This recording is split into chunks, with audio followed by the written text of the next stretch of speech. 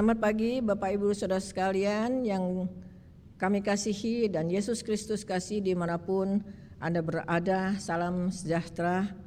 Saudara sekalian, hari ini kita tetap beribadah kepada Tuhan dengan saleh, dengan kusuk. Walaupun kita tidak bersama-sama di gereja, tapi di tempat masing-masing kita sungguh-sungguh beribadah kepada Tuhan. Mari kita sebelumnya akan masuk dalam doa, minta pimpinan Tuhan dan Roh Kudus. Bapa di surga, terima kasih ya Tuhan untuk pemeliharaan Tuhan, pelindungan Tuhan sampai saat ini ya Tuhan. Kami tetap diberi kesehatan dan juga kekuatan. Kami tetap masih beribadah kepada Tuhan untuk mendengarkan bagian firman Tuhan. Walaupun kami tidak bersama-sama di rumah-Mu di gereja, tapi biarlah saat ini juga kami ya Tuhan dengan sungguh-sungguh akan mempelajari firman Tuhan yang akan menjadi kekuatan bagi kami untuk melanjutkan kehidupan kami di muka bumi ini. Terima kasih Bapa, Tuhan tolong kami serahkan waktu ini dari awal sampai akhir di tangan Tuhan. Berbicara kepada setiap kami ya Bapa, di dalam nama Yesus Kristus kami ucap syukur dan berdoa. Amin. Sekalian, kita beribadah di rumah kita masing-masing dan semua keluarga berkumpul. Dan mumpung katanya kita beribadah keluarga-keluarga, jadi alangkah baiknya kalau menyampaikan khotbah mengenai kekeluargaan. Ya, saudara sekalian, ada yang usul demikian. Oleh sebab itu saya berusaha untuk menyampaikan sedikit bagian firman Tuhan mengenai keluarga yang tidak asing lagi bagi kita semua, yang diambil ayatnya dari Efesus 5 ayat 22, yaitu mengenai tatanan hubungan suami istri, yang di sini dikatakan tentang kedudukan istri. Dan ayat firman Tuhan mengatakan, hai istri, tunduklah kepada suamimu seperti kepada Tuhan.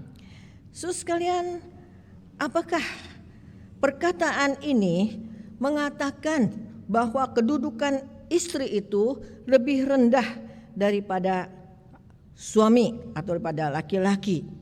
Saudara sekalian, dalam sejarah banyak memang pendapat-pendapat atau pemikiran yang serupa demikian. Contoh-contohnya banyak. Karena apa? Karena ada gereja-gereja dengan teolog-teolognya, biasanya orang Chinese dulu, yang mempertahankan bahwa taat atau tunduk kepada suami. Mereka menganggap bahwa itu memang istri atau wanita itu dilahirkan lebih rendah daripada suami, daripada laki-laki. Mungkin ini terpengaruh oleh suatu konsep yang feodal, yaitu orang Chinese yang meninggikan atau mengutamakan laki-laki dan merendahkan perempuan atau istri. Dan saudara sekalian, pada zaman ini juga emansipasi perempuan juga mereka mempertahankan bahwa mereka tidak setuju bahwa kalau tunduk itu adalah menunjukkan bahwa perempuan itu lebih rendah daripada laki-laki. Sekalian, sebetulnya kedua kasus ini memang berpikiran sama, yaitu mengenai tunduk itu. Mereka menganggap bahwa tunduk itu mengandung suatu unsur yang lebih rendah. Dalam Alkitab, saudara sekalian, kedudukan dan tunduk itu sama sekali berbeda. Dua hal yang berbeda. Dan hubungan suami dan istri itu diperumpamakan seperti hubungan Yesus sebagai anak Allah dan juga hubungannya dengan Allah Bapa. Dalam Yohanes 5 ayat 19 mengatakan, maka Yesus menjawab mereka, katanya, aku berkata kepadamu, sesungguhnya anak tidak dapat mengerjakan sesuatu dari dirinya sendiri jikalau tidak ia melihat Bapa mengerjakannya. Sebab apa yang dikerjakan Bapa itu juga yang dikerjakan anak. Saudara sekalian, tunduk ini bukan hanya terbatas ketika Yesus Kristus ada di bumi, melainkan adalah suatu bagian dari kekekalan, yaitu hubungan antara Bapa dan anak. Anak di sini sama sekali tidak lebih rendah daripada Bapa. Dan Yesus mengatakan dalam Yohanes 10 ayat 30, aku dan Bapa adalah satu. Taat atau tunduk kepada Bapa, tapi dia sama posisinya setara dengan Bapa. Dan inilah hubungan antara Kristus dengan Allah Bapa. Dan hubungan ini sama sekali tidak ada mengandung arti bahwa posisinya atau kedudukannya satu lebih rendah daripada yang lain, tetapi sederajat. Oleh sebab itu, tunduk dan kedudukan atau posisi tidak bisa dibicarakan, dicampur adukan, karena ini memang dua hal yang berlainan. Mungkin ada yang harus tunduk kepada orang yang lebih tinggi posisinya. Seperti orang Israel, dia harus tunduk kepada Tuhan. Orang Kristen, dia harus tunduk kepada Kristus. Abraham, dia harus tunduk kepada Melkisedek. Karena Melkisedek kedudukannya lebih tinggi daripada Abraham. Ibrani 7 ayat 7. Atau yang sederajat. Misalnya Kristus dengan Allah Bapa. Sederajat, sama posisinya. Tapi Kristus harus tunduk kepada Allah. Dan juga sesama orang Kristen, orang kudus di dalam keluarga kerajaan Allah, sama posisinya, tapi harus saling tunduk. Dan bahkan ada panggilan yang harus tunduk kepada yang posisinya atau kedudukannya lebih rendah. Seperti Kristus, dia harus tunduk kepada Pilatus. Nah, saudara sekalian, kedudukan atau posisi ini ditentukan oleh Allah. Dan rupa kita dibentuk juga menurut yang ditentukan oleh Allah. Pimpinan, kuasa pimpinan dan juga tunduk itu juga ditentukan oleh Allah. Kita melayani Tuhan juga ditentukan oleh Allah, Allah yang mengatur semuanya. Oleh sebab itu sekali lagi, tunduk dan posisi ini tidak bisa dicampur adukan. Oleh sebab itu saudara-saudara kalian, kita harus tahu membaca Alkitab itu bukan hanya sebagian saja. Misalnya tatanan hubungan suami dan istri harus tunduk kepada suami. Kita tidak mengetahui dan tidak diberitahu posisi istri sebagaimana. Apakah dia lebih tinggi atau sederajat atau lebih rendah daripada suaminya. Nah, kita harus melihat firman Tuhan di bagian lainnya. Apa yang dikatakannya? Nah, saudara sekalian, Alkitab tidak pernah membedakan laki-laki dan perempuan tentang kedudukan. Galatia ayat 28 di sana dikatakan, dalam Kristus semua adalah satu, tidak ada laki-laki atau perempuan. Mereka sama-sama menerima anugerah hidup baru dari Allah, sama-sama menerima satu baptisan. Oleh sebab itu, posisi yang lebih rendah itu tidak bisa diterapkan untuk istri atau untuk Kristus. Ini tidak cocok. Dengan kata lain, Kristus tunduk kepada Allah, istri tunduk kepada suami. Tidak ada masalah tentang kedudukan lebih tinggi atau lebih rendah. 1 Korintus 11 ayat 3 mengatakan, kepala dari tiap-tiap laki-laki ialah Kristus, kepala dari perempuan ialah laki-laki, dan kepala dari Kristus adalah Allah.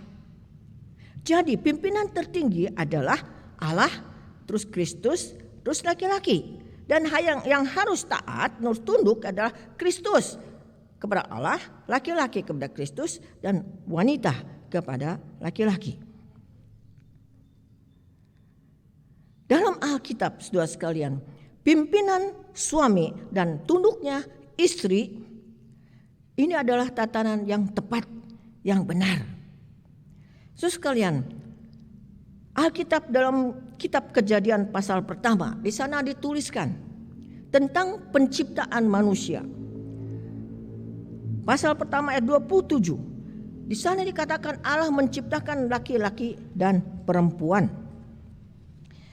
Dalam pasal kedua lebih jelas lagi menceritakan bahwa Allah menciptakan wanita untuk menjadi penolong dari laki-laki. Maka bahan bakunya dia ambil dari laki-laki. Maka laki-laki itu memberi dia nama Hawa. Dan ini adalah menunjukkan suatu pimpinan untuk laki-laki itu. Dalam kedudukan sebagai pemimpin, laki-laki itu sama sekali sedikit pun dia tidak memandang bahwa wanita itu lebih rendah daripada dia.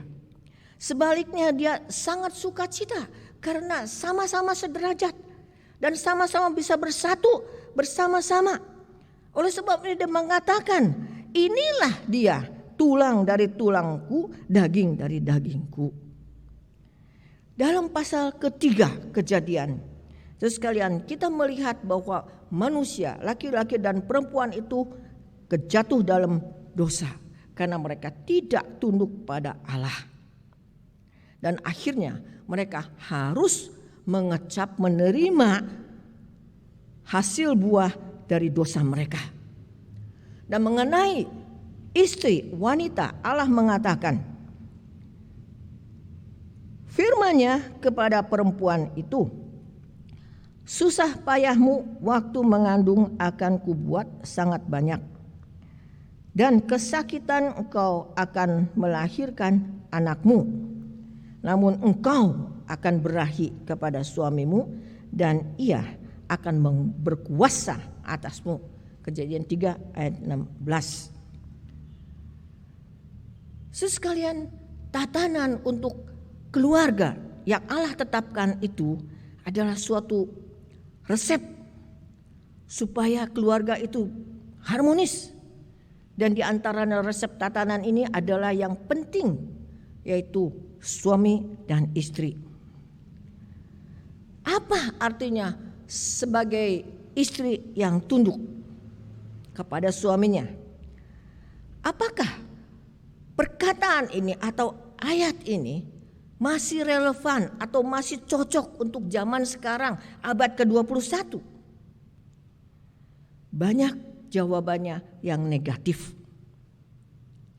Sebetulnya saudara sekalian, Western culture, yaitu budaya barat, sudah lama mereka mengizinkan bahwa psikologi dan juga sains sosiologi mengizinkan supaya mereka yang memimpin orang-orang masyarakat itu, baik dalam perhubungan atau dalam keluarga, pernikahan. Dan orang-orang dengan tidak ragu lagi menerima resep ini. Tapi kemudian ada orang yang bertanya, apakah ini akan menghasilkan buah yang baik? Apakah akan ada jaminannya? Sejak tahun 1963 banyak orang keluarga yang menerapkan resep ini. Dan akibatnya atau hasilnya banyak yang menyedihkan. Kawin cerai yang sudah umum jadinya. Kemudian pakar dari pernikahan atau keluarga mereka menelusuri untuk melihat kenapa bisa demikian. Ternyata mereka menemukan bahwa culture seperti ini kecenderungan mereka meninggalkan Tuhan, menjauhkan Tuhan. Sehingga orang-orang dalam keluarga dan pernikahan itu mereka tidak melibatkan Tuhan lagi dalam keluarga mereka. Terus sekalian, mari kita kembali kepada Alkitab.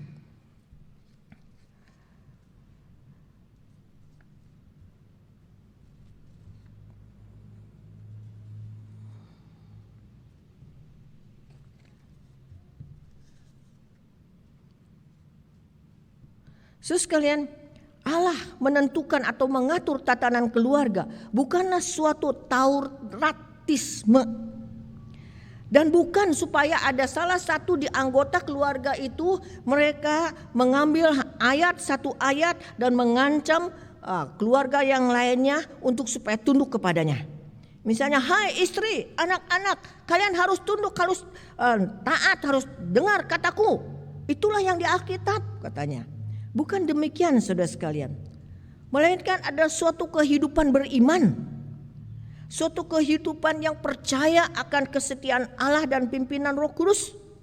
Suatu kehidupan yang terus bersandar kepada Allah yang telah mengaruniakan hidup baru kepada kita, yang harus diaplikasikan dalam kehidupan sehari-hari. Sehingga agar keluarga itu penuh dengan sukacita, damai sejahtera, dan juga dipenuhi oleh Roh Kudus. Sekalian, mari kita melihat apa hubungannya tunduk dan yang lainnya. Yang pertama, hubungan tunduk dengan kemuliaan. Sekalian, apa sih itu ketundukan? Apakah itu merupakan suatu kekeset di depan pintu yang diinjek-injek orang? Atau merupakan suatu lap piring yang tidak kelihatan? Atau yang diartikan bahwa dia sama sekali tidak boleh mengusulkan apapun, tidak boleh mengutarakan pendapat yang berbeda?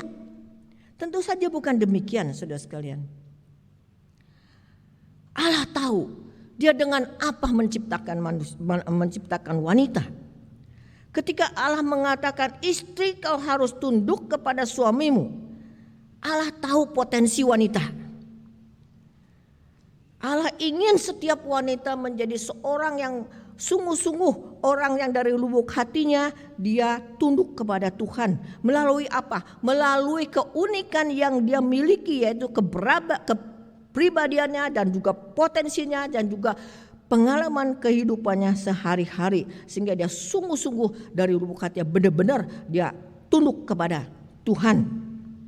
Dan Allah tidak mau wanita-wanita itu ingin menyenangkan hati Allah, tetapi dengan cara yang munafik, dengan sikap yang berpura-pura.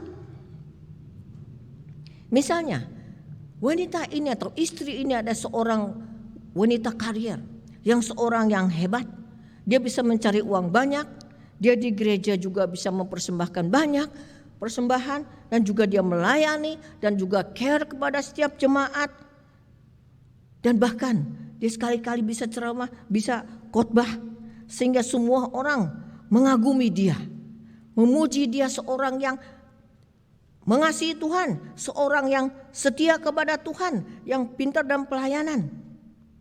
Akan tetapi siapa yang tahu bagaimana di rumahnya? Karena dia segalanya lebih hebat daripada suaminya, dia memutarbalikan tatanan Allah itu. Mungkin dia menjadikan suaminya itu seperti kekeset. Siapa yang tahu? Orang tidak tahu, tapi Allah tahu. Allah tidak mau cara yang demikian.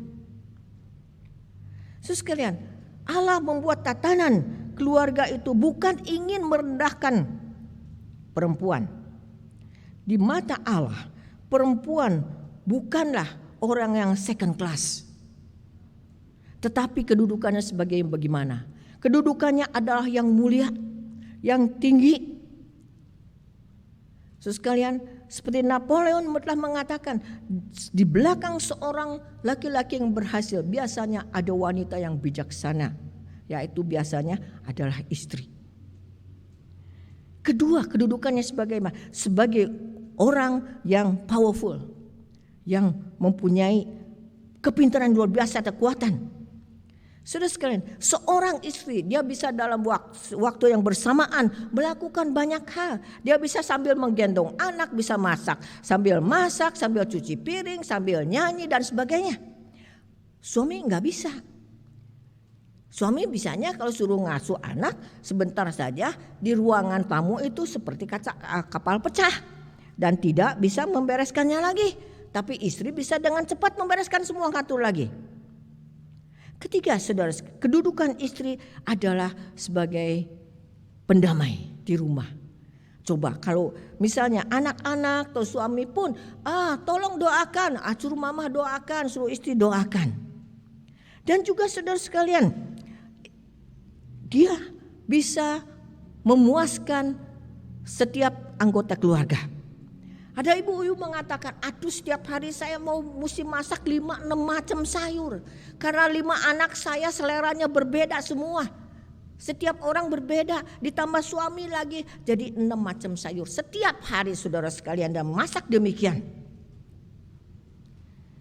Dan saudara sekalian, semua ini, istri yang cakap ini telah diuraikan dalam Amsal 31 dengan jelas. Oleh sebab itu, kedudukan seorang istri di rumah itu sangat hebat. Oleh sebab itu saudara sekalian, banyak orang yang mengagumi, banyak orang yang ingin menjadi perempuan, jadi istri. Oleh sebab itu kita melihat sudah banyak, sudah ya ada cukuplah orang banyak laki-laki ingin menjadi perempuan, maka udahlah sekalian dioperasi dia semua gendernya, jadi perempuan dan rela untuk tunduk kepada suaminya, kepada laki-laki. Itulah saudara sekalian kehebatan wanita. Hubungan yang kedua yaitu tunduk dan pendapat yang berbeda. Apakah itu ketundukan? Sebetulnya tunduk itu atau ketika engkau berbeda pendapat dengan suami, harus mengakui bahwa keputusan yang terakhir, tanggung jawab yang terakhir adalah suami. So sekalian, pendapat yang berbeda itu bukan hal yang buruk. Yang perlu kita kerjakan adalah bukan untuk meniadakan ketidaksamaan pendapat, tetapi mengatakan ya. Dengan demikian kita bisa memecahkan persoalan sehingga bisa mencapai suatu kesepakatan yang baik dan kesatuan. Memang saudara sekalian, kalau lihat teori-teori kita, orang banyak yang stres. Seorang pakar yang menangani stres yaitu Hans Selye, dia mengatakan suatu hal menjadikan orang itu stres, tapi belum tentu hal itu menjadi orang lain stres. Nah saudara sekalian, kalau saudara ingin seekor kura-kura dia bisa lari seperti kuda balap, kau bisa membunuh dia karena nggak mungkin. Itu membuat kamu stres. Dan juga kalau engkau ingin supaya kuda balap itu berjalan seperti kura-kura, kau juga bisa membunuh dia karena tidak mungkin. Sekalian, dalam pernikahan kita mungkin berpikir, aku hanya sebagai kura-kura. Apa yang aku lakukan mungkin bisa melelahkan orang lain, merepotkan orang lain. Tapi Allah, saudara sekalian, kalau Allah menaruh dua kura-kura bersama-sama, maka anak mereka sekolah tiap hari telat karena lambatnya. Kalau Allah menempatkan dua kuda balap itu bersama-sama, dalam 6 bulan saja mereka akan kelelahan, kehabisan tenaga karena balap terus. Sesukan Allah mau memakai kuda balap itu, mau mengexciting si kura-kura, dan juga memakai kura-kura itu untuk memperlambat si kuda balap. Nah, dengan demikian kita ada stres, tapi kita mempunyai sebelah kita untuk melengkapi kita, untuk supaya kita lebih berkembang dalam kepribadian kita. Menerima pendapat yang berbeda sekali lagi bukan hal yang buruk, tetapi kalau setiap kali perbedaan itu mengakibatkan perang piring terbang, nah itulah hal yang buruk. Oleh sebab itu kita harus mencari jalan bagaimana untuk menyelesaikan masalah ini. Kita harus mengingatkan bagaimana konsep sebelah kita, dan bagaimana kita membuat satu kesepakatan dan menghidupi kesepakatan ini dengan baik. Nah, saudara sekalian, misalnya ada sesuatu yang harus diselesaikan atau membuat keputusan, sedangkan suami istri pendapatnya berbeda. Salah satu caranya yaitu harus mempospon keputusan itu. Seringkali keputusan itu tidak perlu untuk diambil sekarang juga. Dengan demikian suami istri bisa membandingkan masing-masing pendapatnya, konsepnya, dan minta Roh Kudus memimpin mereka untuk bisa mencapai kesepakatan. Nah, seorang saudara sekalian yang pakar juga untuk menyelesaikan masalah keluarga. Dia berkata kepada suami istri yang sedang menghadapi masalah. Dia mengatakan, pertengkaran atau persaingan itu tidak masalah kalau disebabkan oleh uang lah, oleh anak lah, dan lain-lainnya. Tapi yang masalah adalah siapa yang akan menjadi kepala. Ini yang serius. Karena kalau bahasa Mandarin mengatakan perkataan siapa yang didengar. Nah, itulah saudara sekalian. Persaingan dan juga pemberontakan itu bukanlah faktor suatu suami istri saling mengasihi dengan benar. Tetapi masa kini banyak keluarga atau banyak pernikahan yang terus bersaing suami istri. Itu berarti saudara sekalian, kasih yang murni itu tidak menjadi yang paling dominasi di keluarga itu. Yang ketiga, saudara sekalian, hubungan yaitu tunduk dengan sukacita. Istri bisa tunduk kepada suami, itu bukan kekuatan dia, tetapi kekuatan yang Yesus Kristus di dalamnya terus menopang dia. Oleh sebab itu, kalau berdoa, janganlah berdoa, Tuhan, aku ingin menjadi seorang istri yang tunduk. Melainkan harus berdoa, ya Tuhan, tolong jadikan saya istri yang tunduk. Dan biarlah roh tunduk itu Tuhan berikan kepada saya. Sehingga saya tahu apa yang terbaik dalam kepribadian saya, dalam lingkungan yang saya hidupi di sini. Seorang istri, dia memberi kesaksian. Dia mengatakan, kalau saya dan suami saya berpendapat tidak sama, maka saya akan mengutarakan rencana saya, pandangan saya yang tidak setuju itu, dan ketakutan saya. Dan saya sudah belajar tidak lagi membawa emosi untuk marah seperti waktu dulu. Kalau suami tidak setuju, saya langsung marah di sana. Tetapi karena 1 Korintus 13 mengajarkan kepada saya, walaupun sendirinya berada di dalam keadaan yang benar, tidak salah, tetapi kalau diutarakan dengan kasih, maka percumalah orang yang benar itu. Apa artinya? Dan kemudian yang orang bersaksi kemudian dia berkata, aku berdoa, ya Tuhan, kalau memang pendapatku ini kau anggap baik, maka tolong menggerakkan hati suami agar dia menerimanya. Dan semua aku serahkan ini di tangan Tuhan. Dan walaupun kalau pendapatku ini memang dikesampingkan, tidak dipakai, tapi hatiku merasa sukacita. Dan sukacita karena tunduk ini luar biasa. Adalah suatu hadiah, salah satu hadiah yang Tuhan berikan kepada saya yang tidak nyangka-nyangka. Dan sukacita kebahagiaan ini yang tidak bisa didapat oleh suatu keluarga yang setiap harinya saling boxing. Nah, saudara sekalian, Allah yang menentukan tatanan keluarga ini, ya kita harus menerimanya sekali lagi dengan iman. Dan juga ini suatu panggilan bagi kita, yaitu supaya kita seumur hidupnya bersandar kepada Allah yang baik itu dan mengetahui bahwa anugerah yang Tuhan berikan kepada kita itu cukup untuk kita semua.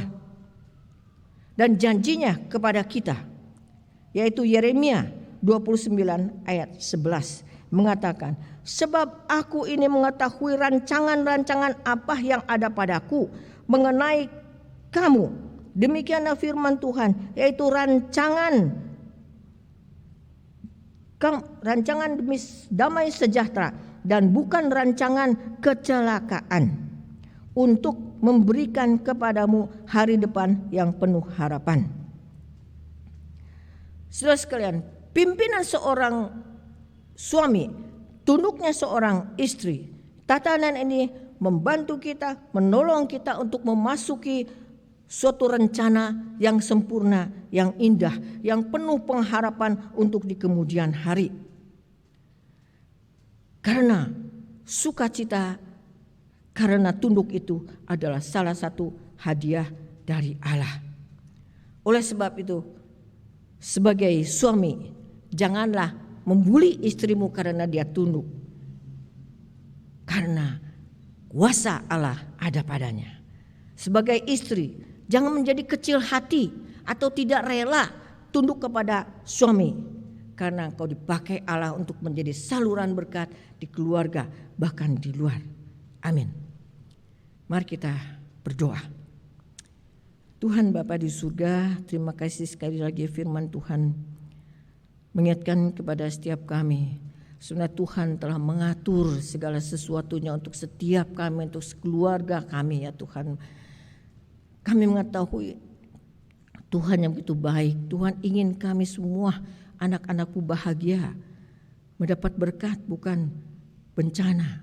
Oleh sebab itu ya Tuhan, biarlah setiap kami Tuhan tolong kami untuk bisa melakukan firman Tuhan dalam kehidupan kami sehari-hari dengan baik.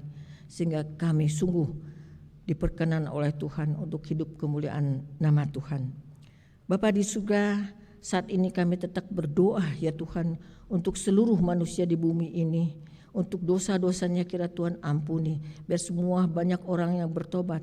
Biarlah semua juga lebih banyak orang yang mengenal Yesus Kristus sebagai Allah sejati, Sang Pencipta dan Juru Selamat satu-satunya. Biar banyak orang yang datang kepadamu ya Tuhan. Kami sekali lagi mohon Tuhan sediaan turun tangan untuk secepatnya agar virus-virus corona ini Tuhan matikan di semua pelosok muka bumi ini, juga di Indonesia ya Tuhan. Agar orang-orang yang terkena virus corona itu semua disembuhkan. Juga para dokter medis, para juru rawat dan sukarelawan, Tuhan pelihara kehidupan mereka, kesehatan mereka, kekuatan mereka dan keluarga mereka masing-masing. Sehingga mereka semua sehat walafiat ya Tuhan. Bapa di surga, Tuhan pimpin setiap kami, setiap umat-Mu di muka bumi ini terus lebih bertekuk lutut di hadapan Tuhan, memohon belas kasihan Tuhan. Bapa di surga, terima kasih Tuhan. Kira Tuhan berkati setiap kami, khususnya juga jemaat di GSK Bandung. Kiranya kasih karunia Allah Bapa, anugerahnya, perlindungan, pemeliharaan, dan juga kasih Yesus Kristus, damai sejahteranya, dan kesehatan dan kekuatannya, dan juga pimpinan persekutuan Roh Kudus, kekuatan imannya, menyertai setiap kami dari saat ini sampai selama-lamanya, terutama dalam masa yang kritis pandemik ini ya Tuhan. Dalam nama Yesus Kristus, menjawab syukur berdoa mohon. Amin. Aku dan seisi rumahku akan selalu menyembah-Mu, Tuhan dan Rajaku, di dalam kasih karunia